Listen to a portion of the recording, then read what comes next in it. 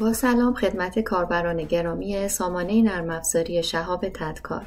در این بخش با آموزش ماژول بخشنامه ها در خدمتتون هستیم. آیکون بخشنامه ها مثل بقیه آیکون های سطح 1 یا فهرست بها به عنوان مرجع و رفرنس مورد استفاده ما قرار میگیره. اما تفاوتی که با بقیه آیکون ها داره این هستش که ما میتونیم چیزی رو بهش اضافه بکنیم. روی آیکون بخشنامه ها قرار میگیریم. بخشنامه ها، آیین نامه ها، مقررات ملی ساختمان توی بانک بخشنامه های شهاب وجود داره. برای سرچ کردن میتونیم در این قسمت بیایم عنوان بخشنامه‌مون رو سرچ کنیم.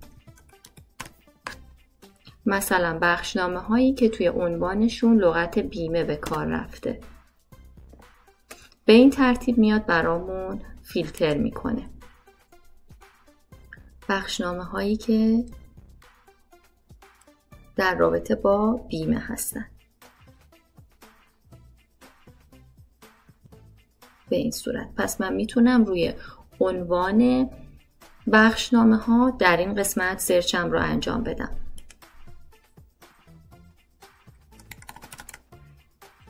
سرچ بعدی یا جستجوی پیشرفته برای ما در متن بخشنامه ها جستجو رو انجام میده. به این ترتیب لغت مورد نظرمون رو تایپ میکنیم.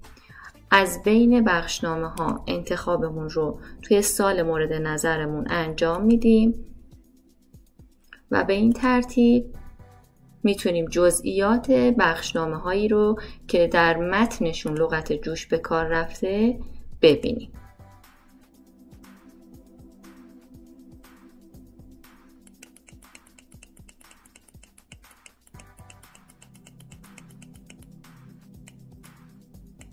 به این صورت لغتی رو که توی قسمت جستجوی پیشرفته وارد کردیم رو هم برامون هایلایت میکنه.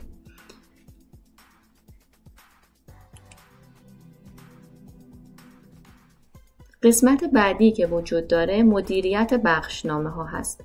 ما میتونیم بیایم یک نفر رو به عنوان مدیریت بخشنامه ها توی سامانه تعریف بکنیم، به این پنجره دسترسی داشته باشن، بتونن آیکون جدید، ویرایش حذف و ویرایش ساختار رو ببینن.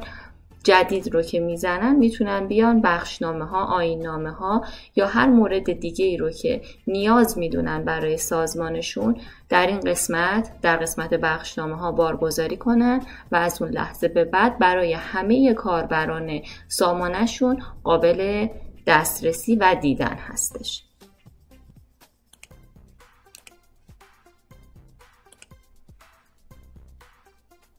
در این قسمت بخشنامه ها نکته‌ای باقی نمیمونه. خسته نباشید. خدا نگهدار.